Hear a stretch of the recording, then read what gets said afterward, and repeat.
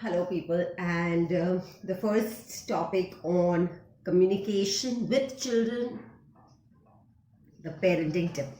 So, the first subtopic on how do we communicate with children, I said we have divided into four sections. So, the first one will be one-to-one communication. Now, when it comes to one-to-one communication, generally it's like the way you talk to your child personally, like in person, and how do you address your child. So this is the first thing, so actually when we name the child, that's ideally the way we are supposed to talk to the child as. But what happens, we generally have pet names, which is fair. I have like lots of pet names for my children, although I did not have one. But I don't like pet names, but I did have some pet names for my children, and I end up calling my children like that. So now my children identify my mood depending upon the name that I call them with. But nevertheless, please do not take me as one of the role models, because I have learned a lot from my mistakes, and especially in this category, a lot of things that I'm telling y'all is not coming, from what I have implemented, is coming from what I have learned, because I have really made these mistakes, right? So first is when you address your child. So of course I have addressed my children with proper names and in the proper manner, though that thing I am like not flawed at. But what happened is that I generally used to get mad at them in public. So I used to like really yell at my children in public. I used to talk like the way I would talk to them in at home. I generally would just burst out on them when they would misbehave or when they wouldn't listen to me in public. Of course, and then they were children, so I used to think that okay, they are children and they don't really understand. But yes, that has had an impact on them. So one thing that I strongly suggest, please, if you have to tell them, like, just call your child to yourself and then, near yourself and say that, can we have a conversation? I would like to have a word with you. And then say that, look, I'm really not happy with the way you're doing this, and I would appreciate if you can just stop behaving like this. And the child is more cautioned. In fact, the child takes this more seriously if these things come in a firm tone than a shouting or a yelled out tone, or that kind of a particular thing. So basically you need to be firm in when you're saying that, looking straight into the child's eyes. Also, when you have to tell something to child, like when you have to correct the child, so just give a firm look. Maybe you cannot call the child to yourself, just give a firm look. And when you're alone, just explain to the child that when I give you this look in public, please understand that you are doing something wrong, and just have that little sign. This is like a sign language between the two of us. That's one. Second is, always try and inculcate the habit of using golden words.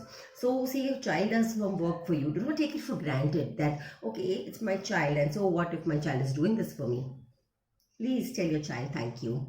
If you hurt your child, like say by mistake you've happened to just hit your child, or by mistake you happen to take away something from your child's hand, and then you realize, oh my god, what did I do? So say sorry. I think it's okay. We are humans, and it's okay if being parents you can say sorry. So your child learns to adopt these words into his or her daily communication, because he or she has heard you speaking these words. So ideally, see, I would love if people can actually start off with good manners, like saying good morning and good night and those things. But I haven't done this in my house because that was way too formal for me. But if you all can do that, that is like nothing like it. But if not that, at least sorry, thank you, excuse me, these are golden words which need these habits have to be inculcated. Also, when you talk to these things with other people, so yeah, this is one thing I can flaunt about, because I usually say thank you to even the auto drivers, and because of course it's not that I'm paying him money, so I don't owe him a thanks. He's got me safely to my destination, and that exactly precisely I definitely owe him a thank you. So just saying a thanks is like, doesn't make you smaller, or like doesn't make you anything less meaningful. So I think you should say sorry. In fact, that's a gratitude.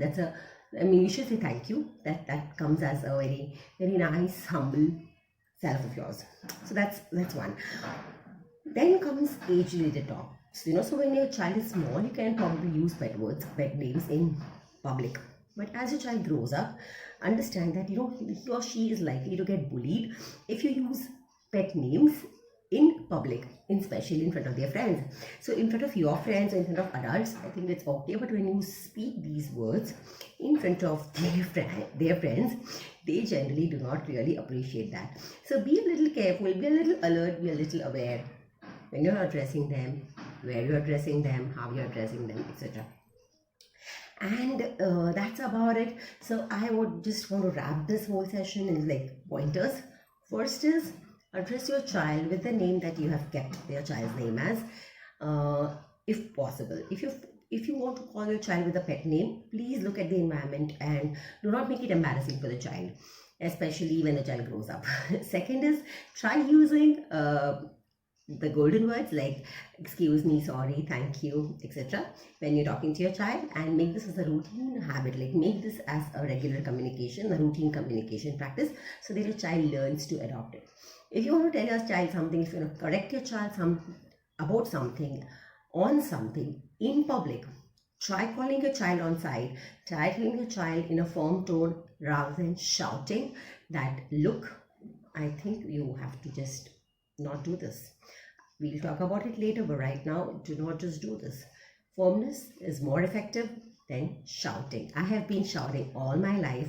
It has really put a very bad mark on my image, and I'm still facing that, right?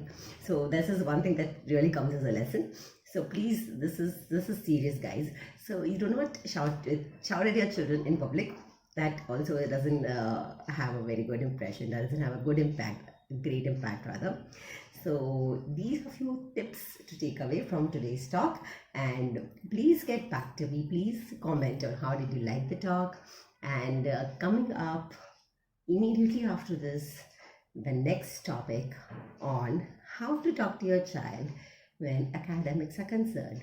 So stay tuned and do not go anywhere. I would look forward to your subscription, likes, comments, and do share the video if you think it will be useful to other co-parents. Thank you so much.